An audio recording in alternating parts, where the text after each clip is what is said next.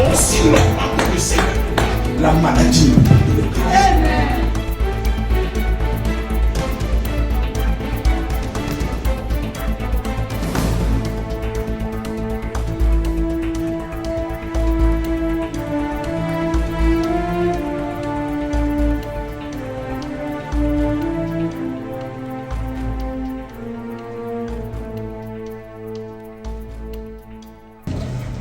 Un médium avant-hier qui disait que tout le monde parle de Dieu.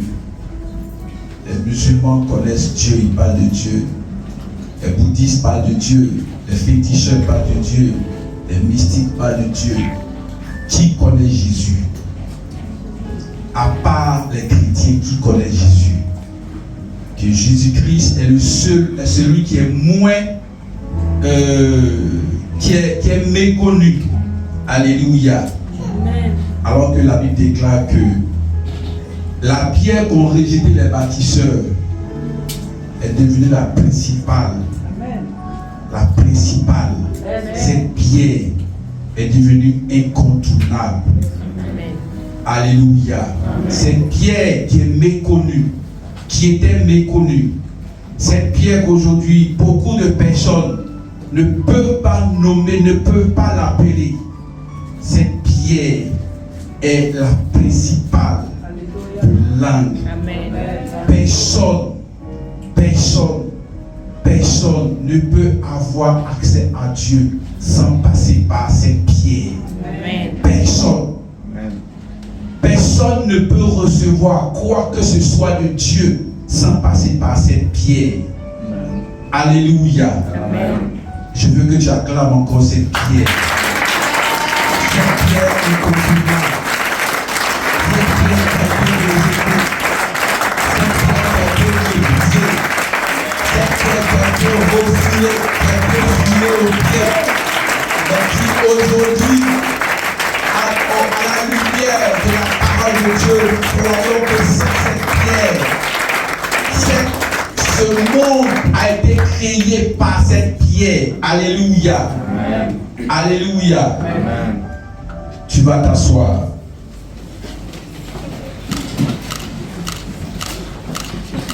Je suis dans la joie d'être là ce matin. Pour certains, nous sommes séparés depuis dimanche. Pour d'autres, c'était le mercredi. Et je suis dans la joie d'être là, de te voir beau, belle, bien habillé, bien sapé, chic, bien parfumé.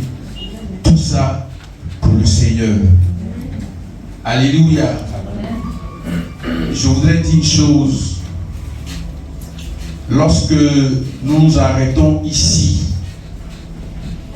pour parler de la part du Seigneur, c'est tellement précieux, tellement important, tellement délicat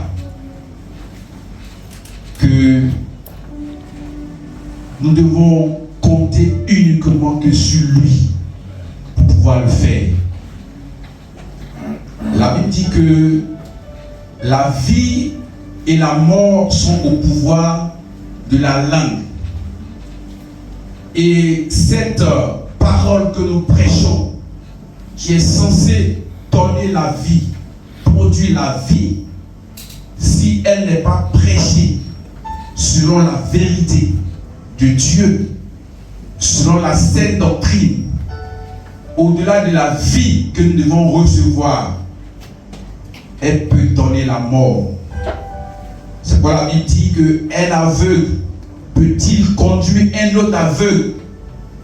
Les deux tomberont sûrement dans un trou. Parce que celui qui vient recevoir la parole est considéré comme un aveugle qui ne sait rien, mais qui a besoin d'être éclairé. Et Jésus a dit, pendant que je suis dans le monde, je suis la lumière du monde. Et cette lumière-là est faite pour éclairer.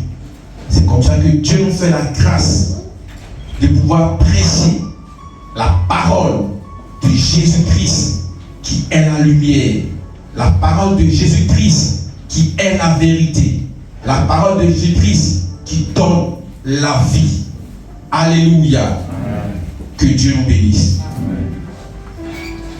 Alors, le thème d'aujourd'hui, c'est le pardon de Dieu.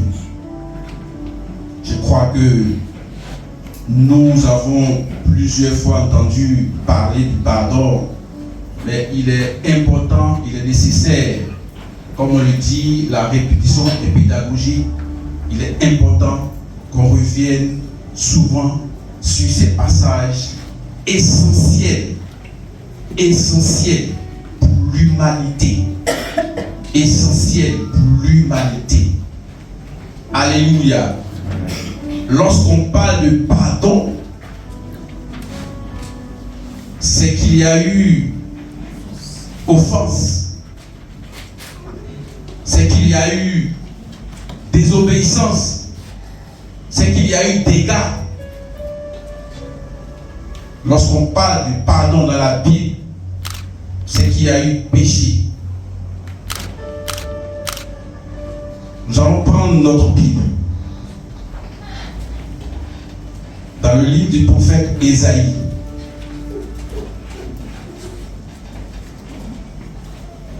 Nous allons prendre le chapitre 1, du verset 1er au verset 9. Apprenons à lire nos Bibles. C'est important. Lisons nos Bibles. C'est important. On m'avait rendu le témoignage d'une dame, une vieille femme, qui ne savait pas, elle ne savait ni lire, ni écrire.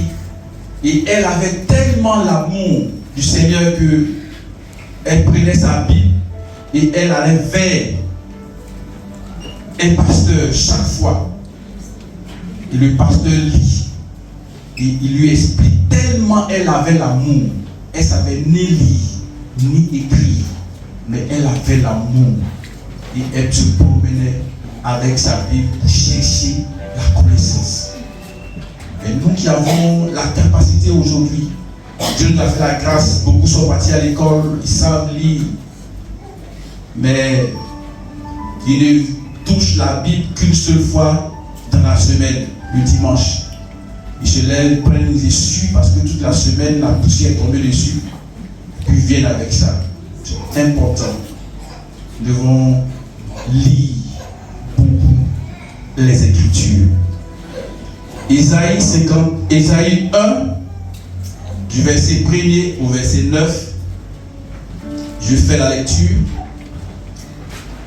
Prophétie d'Ésaïe, fils d'Amoz, sur Juda et Jérusalem, au temps d'Ozias, de Jotam, d'Achaz, d'Ézéchias, roi de Juda. Cieux, écoutez. Terre, prête l'oreille. Car l'Éternel parle. J'ai nourri et élevé des enfants, mais ils se sont révoltés contre moi. Le bœuf connaît son possesseur, et l'âne la crèche de son maître. Israël ne connaît rien. Mon peuple n'a point d'intelligence. Malheur à la nation pécheresse, au peuple chargé d'iniquité, à la race des méchants, aux enfants corrompus. Ils ont abandonné l'Éternel. Ils ont méprisé le Saint d'Israël. Ils se sont retirés en arrière. Quel châtiment nouveau vous infligez quand vous multipliez vos révoltes. La tête entière est malade et tout le cœur est souffrant.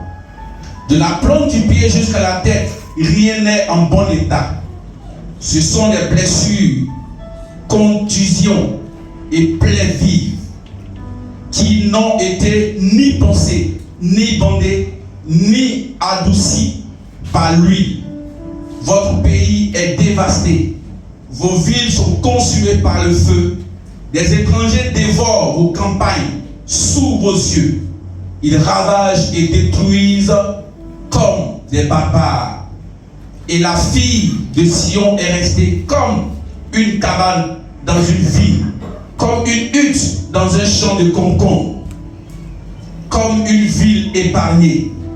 Si l'Éternel des armées ne nous avait conservé un fer de reste, nous serions comme Sodome. Nous ressemblerions à Gomorrhe. Alléluia. Voici le passage que nous venons de lire, tiré du prophète Ésaïe. Ici, c'est Ésaïe qui est en train de parler de la part du Seigneur. Et lorsque tu lis ce passage, tu comprends les conséquences du péché que le peuple d'Israël a enduré. Mais comme nous devons le savoir, tout a commencé depuis le jardin. Depuis le livre de la Genèse, c'est là-bas que tout a commencé. Lorsque Dieu met Adam et Ève dans le jardin, il leur dit, vous pouvez manger de tous les arbres du jardin, sauf à l'arbre de la connaissance du bien et du mal. La Bible dit que tout ce que Dieu avait créé était bon. Mais lorsqu'il est arrivé sur l'homme, il dit que l'homme était très bon. Sauf que dans l'homme, il y avait cette capacité de pouvoir accepter ou de refuser. Il y avait cette capacité de faire ou de ne pas faire. C'est comme ça que lorsque le serpent est venu vers Adam et Ève, ils ont plutôt écouté la parole du serpent que d'obéir à Dieu. C'est là qu'il y a eu la désobéissance, c'est là qu'il y a eu le péché, c'est là qu'il y a eu la séparation entre Dieu et sa créature. À cause de quoi? À cause du péché. Et nous voyons ici les conséquences du péché. Lorsque vous prenez le verset 13, le verset 3, il dit, le bœuf connaît son possesseur et l'âne la crèche de son maître. Israël ne me connaît pas. Ça veut dire que Dieu est en train de dire que l'animal même est plus reconnaissant que l'homme. L'animal, le bœuf, connaît son maître. Le bœuf écoute la parole de son maître. Le bœuf écoute les consignes de son maître. Vous voyez que lorsqu'un berger a un troupeau, il suffit que le berger soulève le bois. Automatiquement, les brebis savent ce qu'il veut faire. Mais il dit, Israël ne me connaît pas. À cause de quoi? À cause du péché. À cause de l'acte de désobéissance qu'ils ont posé, il y a eu séparation et l'homme ne pouvait plus suivre Dieu, l'homme ne pouvait plus bénéficier de la faveur qu'il avait avant la chute. La Bible dit que Adam et Ève étaient nus, mais ils ne voyaient pas leur nudité. Parce qu'en ce moment-là, ils bénéficiaient de la faveur de Dieu dans tout ce qu'ils attendent, tout ce dont ils avaient besoin. Mais après la chute, ils ont connu les difficultés, la maladie, les échecs, le vol, les agressions, tout ce que vous pouvez imaginer. Mais Dieu, qui est un Dieu d'amour, lorsque nous voyons dans tous ces passages, nous ne voyons pas la démarche que l'homme a faite pour aller vers Dieu dans le but de pouvoir demander soit pardon à Dieu ou dans le but de pouvoir se réconcilier avec Dieu. Dans toutes les démarches de l'homme, l'homme n'est pas allé vers Dieu dans le but de se réconcilier avec Dieu. Mais nous allons voir dans au verset 18 du même chapitre d'Ésaïe. Dieu dit, venez et plaidons, vos péchés sont comme le cramoisi, ils deviendront plus blancs que la neige. S'ils sont rouges comme la peau, ils deviendront comme la laine. Voyez un Dieu d'amour, un Dieu qui est compatissant, qui voit la souffrance de son peuple, qui voit le peuple en débandade, qui se cherche, comme on le dit. Mais c'est Dieu lui-même qui va vers l'homme, qui dit, venez et plaidons. Dieu est en train de faire la démarche pour pouvoir pardonner son peuple. Il dit, si vos péchés sont comme le cramoisi, ils deviendront plus blancs que la neige. Si vos péchés sont rouges, ils deviendront plus blancs que la neige. Mais comment le péché pouvait devenir blanc, plus blanc que la neige?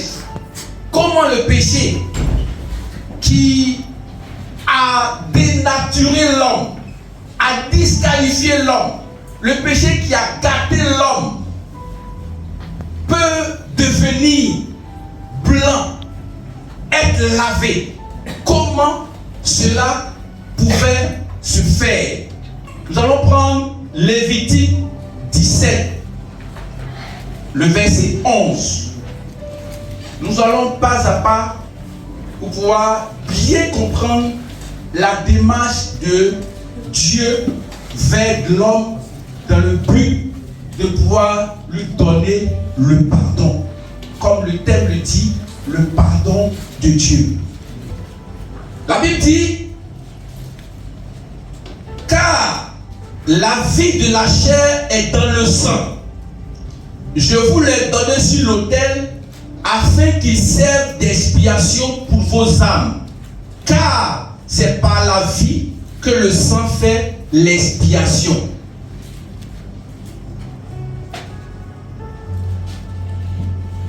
On a pu l'écouter. Je reprends. Il dit, car la vie de la chair est dans le sang. Je vous l'ai donné sur l'autel afin qu'il serve d'expiation pour vos âmes. Car c'est par la vie que le sang fait l'expiation. En un mot, il n'y a que par le sang que le péché pouvait être lavé, parce que la vie se trouve dans le sang. La Bible dit, sans effusion de sang, il n'y a pas de pardon de péché. Mais pourquoi on parle d'effusion de sang? Le sang, la vie se trouve dans le sang. Or, le pécheur est considéré comme quelqu'un qui est mort. Donc, il fallait que le sang, sinon la vie qui se trouve dans le sang, soit exposée pour pouvoir donner sens à la vie du pécheur qui est mort. Pour que par le sang qui est versé, le mort puisse recevoir la vie.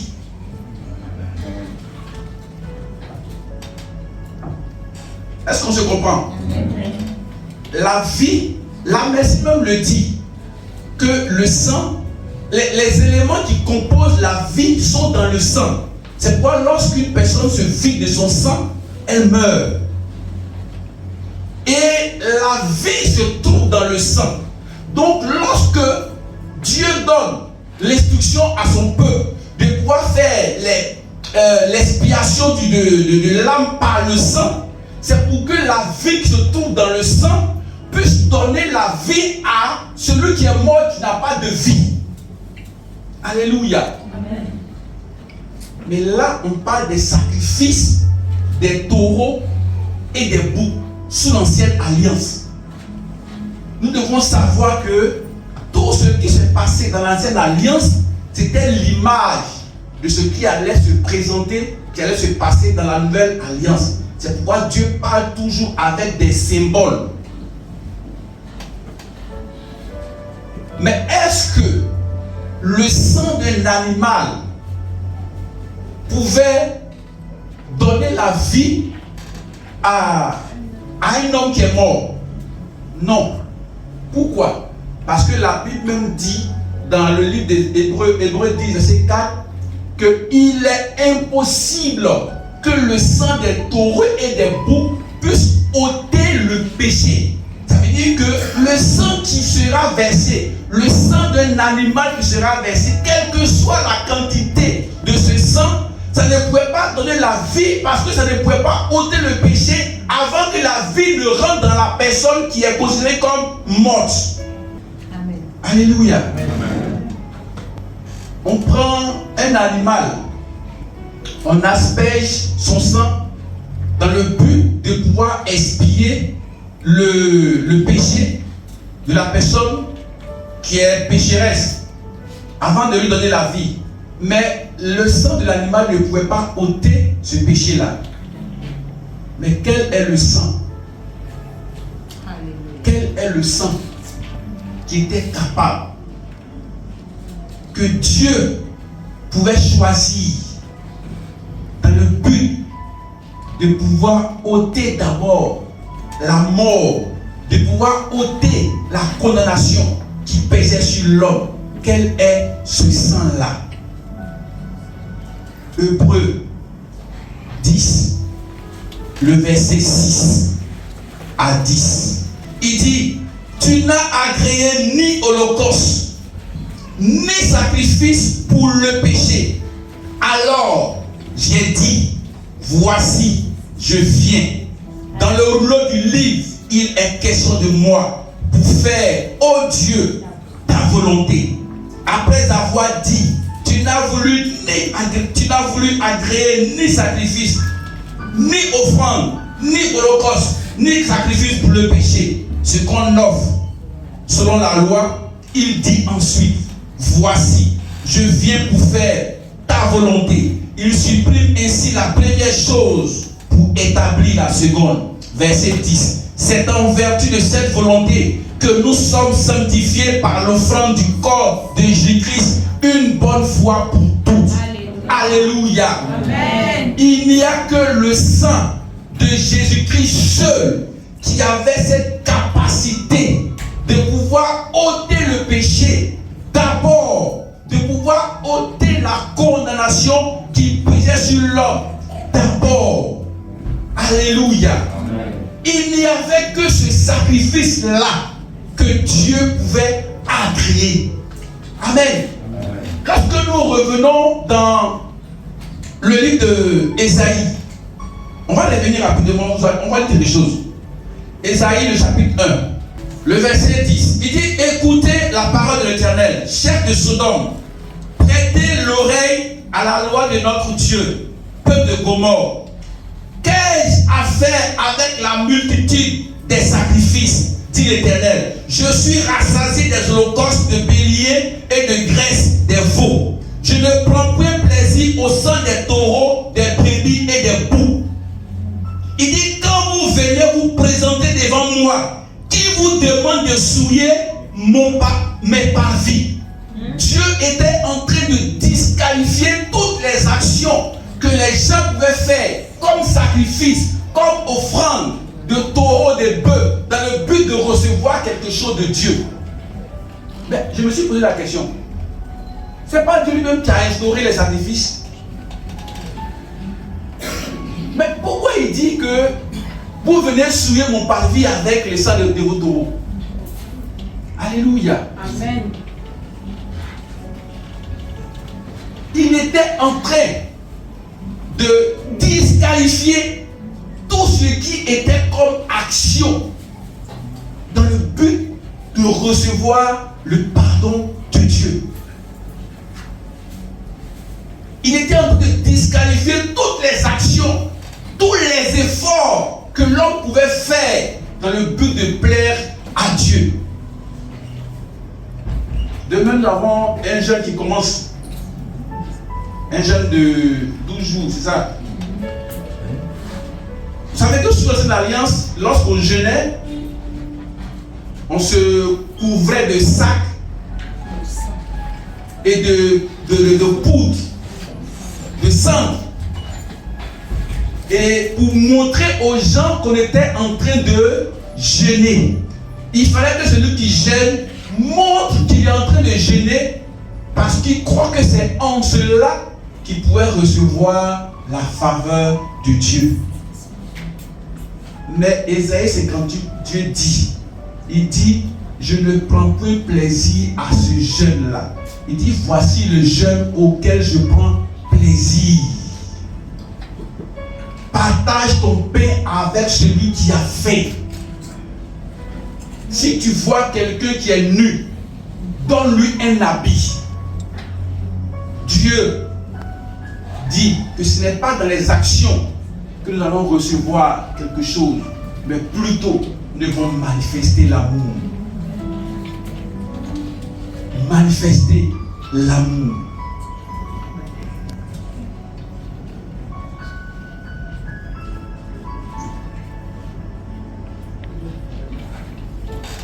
Acte 13, verset 38 dit, c'est en lui qu'est annoncé le pardon des péchés.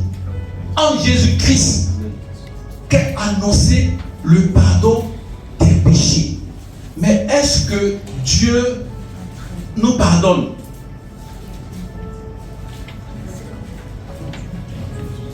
Dieu ne nous pardonne pas comme nous pardonnons à un frère ou à une soeur. Alléluia. Amen. Si aujourd'hui j'ai causé du tort au prophète Chidi, je vais vers lui, il dit c'est pasteur, je t'ai causé un tort, je te demande pardon et il me pardonne. C'est tout. Mais Dieu ne nous pardonne pas comme nous pardonnons à nos frères ou à nos sœurs. Le pardon de Dieu se trouve dans la personne de Jésus-Christ. Il n'y a qu'en lui seul que se trouve le pardon. Si nous croyons en lui, nous recevons le pardon de Dieu. Mais si nous ne croyons pas en lui, nous ne pouvons pas espérer recevoir le pardon. Parce qu'il n'y a qu'en Jésus-Christ seul que le pardon est annoncé. Ce Jésus-Christ qu'on dit aujourd'hui qui n'est pas important. Mais nous devons comprendre que Jésus-Christ, il est essentiel. En dehors de Jésus-Christ, il n'y a aucun pardon de péché. En dehors de lui, aucun pardon. Le pardon, c'est une grâce que nous recevons de Dieu. Alléluia. Amen. Nous allons prendre Romains 5, le verset 14 à 15. La Bible dit cependant, la mort a régné depuis Adam jusqu'à Moïse. Mais même sur ceux qui n'avaient pas péché par une seule transgression semblable à celle d'Adam, lequel est la figure de celui qui devait venir. Verset 15. Mais il n'en est pas du don gratuit comme de l'offense. Il n'en est pas du don gratuit comme de l'offense. Ça veut dire que le pardon de Dieu n'est pas de la même manière que l'homme pouvait recevoir le péché. Le péché, c'était automatique. Une fois que tu nais, tu es déjà pécheur. Est-ce qu'on se comprend? Parce que Adam et Ève ont péché. Donc tous ceux qui naissent sont déjà déclarés pécheurs. Mais quant au pardon de Dieu, c'est un don de Dieu qui est dans la personne de Jésus-Christ que nous recevons par la foi. Il dit, mais il n'en est pas du don gratuit de l'offense, car si par l'offense de seul, il en est beaucoup qui sont morts, à plus forte raison, la grâce de Dieu et le don de grâce venant d'un seul homme, Jésus-Christ. le don de grâce. Là où on parle de la grâce, il n'y a que la foi seule qui peut nous permettre de recevoir quelque chose de la grâce. Le pardon est un don de Dieu, est une grâce de Dieu. Tant que nous ne croyons pas en Jésus-Christ, nous ne pouvons pas recevoir son pardon. C'est impossible. C'est impossible. Mais lorsque nous recevons le pardon, en tant qu'enfant de Dieu, qu'est-ce que nous devons faire? Puisqu'il nous a aimé le premier, qu'il est venu nous pardonner par Jésus-Christ, nous aussi, nous devons aimer en retour. Parce que nous avons été pardonnés. Nous devons manifester l'amour autour de nous. Alléluia. Amen. Nous ne pouvons pas prendre la grâce comme non, je suis sauvé, et puis on va passer le temps à critiquer nos voisins, nos frères, nos soeurs. Non, vous allez partir en enfer. Non, non, non, non, non. Dieu nous demande de manifester l'amour. Sinon la grâce sera vaine. Alléluia. Amen. Voyez l'histoire de la femme du prophète dans 2 Rois 4. La Bible dit qu'une femme, le prophète est mort et sa femme est allée voir le prophète Élisée pour lui dire ton serviteur est mort et le créancier est venu prendre mes 2 enfants pour faire des esclaves. Mais Élisée lui a demandé, il dit, qu'est-ce que je peux faire pour toi? Qu'as-tu à la maison?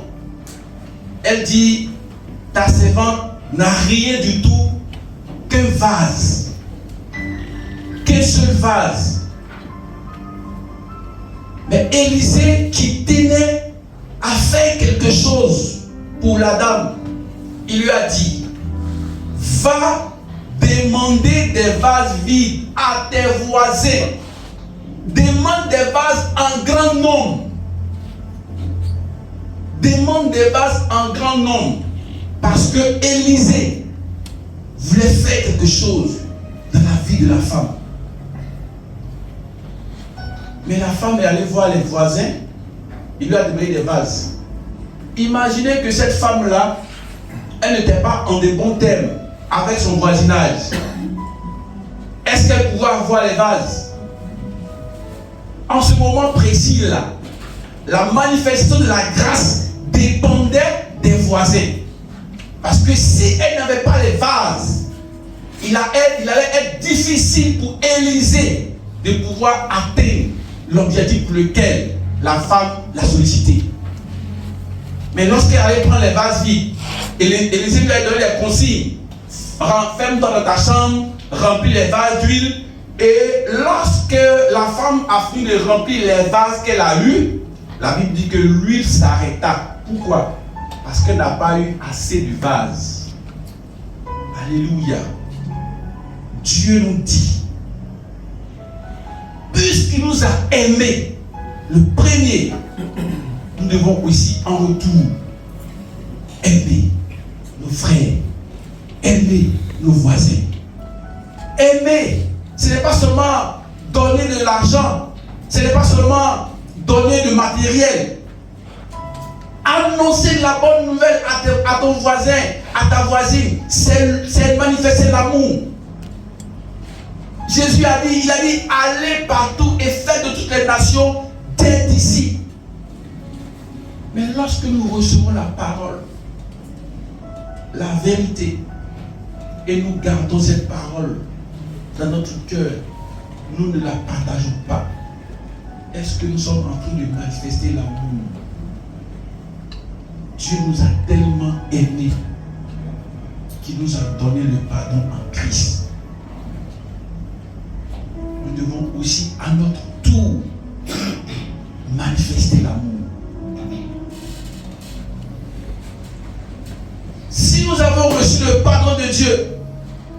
nous devons aussi pardonner. Jésus-Christ a dit, lorsqu'on était en train de le crucifier, lorsque les Romains étaient sur lui, ils mettaient les clous dans ses mains. Il a dit, Père, pardonne-leur, car ils ne savent pas ce qu'ils font. C'est comme ça que toi aussi, lorsqu'un méchant, lorsque quelqu'un va venir te faire du mal, au lieu de répondre le mal par le mal, ce que tu dois faire, c'est de pardonner. Tu dois pardonner, quel que soit ce que ça peut te coûter. Tu dois pardonner. Pardonne à ton frère qui t'a causé du tort hier. Pardonne à ta soeur qui t'a fait du mal, qui t'a injurié. Peut-être même qu'elle va arracher ton mari, mais il faut pardonner. Non, ça fait rire. Pardonner. Alléluia. Il n'y a pas quelque chose qu'on peut pardonner. Le sale là, je peux tout pardonner, mais ça là, je ne vais jamais laisser. Dieu dit pardonne. Pardonne. Ça ne coûte rien. Alléluia. Amen. Le pardon rend fort. Le pardon rend fort. Lorsque quelqu'un t'a fait du tort, t'a causé un tort, et il vient vers toi, pensant que tu vas peut-être avoir une réaction violente, mais lorsqu'il vient, et puis tu le reçois dans la douceur, dans la paix. Mais ce gars-là, même s'il ne connaît pas Jésus,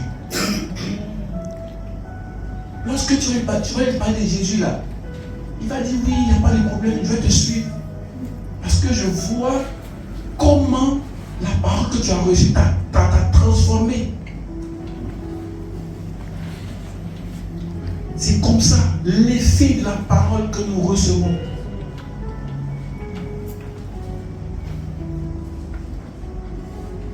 Lorsque la parole fait du bien à notre âme, la parole vient changer notre caractère. Si hier nous étions violents, nous étions agressifs, lorsqu'on te parle 1, tu parles 10. Mais maintenant que tu as accepté Jésus-Christ, que tu as reçu le pardon de Dieu, lorsqu'on t'injurie, tu pardonnes. Lorsqu'on te calomnie, tu pardonnes. Lorsqu'on te critique, tu pardonnes. Lorsqu'on dit des mensonges sur toi, tu pardonnes. Alléluia. C'est ça le pardon de Dieu. La Bible dit que Christ est notre sabbat. Ça veut dire que on ne mène pas une vie chrétienne seulement le dimanche.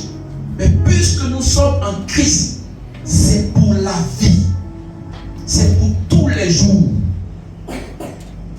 Tous les jours de notre existence sur terre. Nous devons avoir les aptitudes que Christ a. Nous devons avoir le comportement que Christ a. Lui qui était Dieu, celui qui ils ont craché, ils l'ont injurié, ils l'ont insulté, ils l'ont même déshabillé. Mais la Bible dit qu'il n'a pas ouvert la bouche. Il n'a pas ouvert la bouche. Pourquoi? Parce qu'il croyait en lui-même. Il savait qui il était. Il avait confiance en lui-même. C'est comme ça que le chrétien doit avoir cette confiance absolue, savoir qui il est. Alléluia. Amen. Imaginez-vous le président de la République, quelqu'un vient, un bandit vient insulter, il va s'examiner pour se battre avec lui. Mais qui est en train de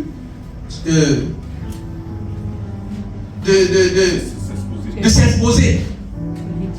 C'est lui-même. Mais ça, c'est le travail de ces 4 corps. Alléluia. Amen. C'est comme ça que quand tu te vois, tu vois que Christ est en toi. Il y a des choses que tu ne dois plus, des paroles que tu ne dois plus répondre. Tu as été victime d'injustice, oui, c'est vrai. Ça fait mal. Et Dieu te dit, pardonne. Pardonne. Dieu dit, il dit, je ne me souviendrai plus de leur faute. Alléluia. Amen. C'est comme ça que nous aussi, lorsqu'on pardonne, on va oublier. Je ne vais pas me rappeler du jour où tu m'as fait un mal pour que lorsque le jour arrive, je vais dire voilà, tel jour, le frère m'a fait ça. Non. Il dit, je vais oublier toutes vos fautes. Voyez l'amour que Dieu a eu pour l'humanité. Et cet amour-là, l'homme est venu, l'homme a bafoué ça. L'homme a pris ça pour manger à Tiki. Mais Dieu n'a pas regardé à ça. Il est allé plus loin. Parce qu'il est amour. Et il nous a donné le pardon en la personne de Jésus-Christ. Alléluia. Alléluia. Jésus-Christ est notre pardon. C'est en lui que nous recevons le pardon de Dieu. En dehors de lui, en dehors de lui, en dehors de Jésus-Christ, tout ce que les gens vont faire, toutes les gymnastiques, les acrobaties que les gens vont faire, tant que tu n'as pas cru en Jésus-Christ, tant que tu n'as pas cru qu'il est la personne que Dieu a désignée, par qui tu devais recevoir le pardon, c'est carrément impossible. Impossible. Impossible. C'est pourquoi nous prêchons Jésus-Christ, mort, enseveli et ressuscité, pour pouvoir effacer nos péchés et recevoir le pardon de Dieu. Alléluia. Amen. Ayons les regards fixés sur Christ, lui et lui seul, le consommateur de notre foi. Amen. C'est en lui seul que nous avons reçu le pardon. Et c'est lui seul qui a la capacité d'intercéder pour nous auprès de Dieu. La Bible dit, il y a un seul intermédiaire entre Dieu et les hommes, Jésus-Christ. Or, il n'y a que lui seul. C'est par lui seul que nous pouvons passer pour atteindre Dieu et pouvoir recevoir quelque chose de Dieu. Alléluia. Amen. Que Dieu nous bénisse. Amen.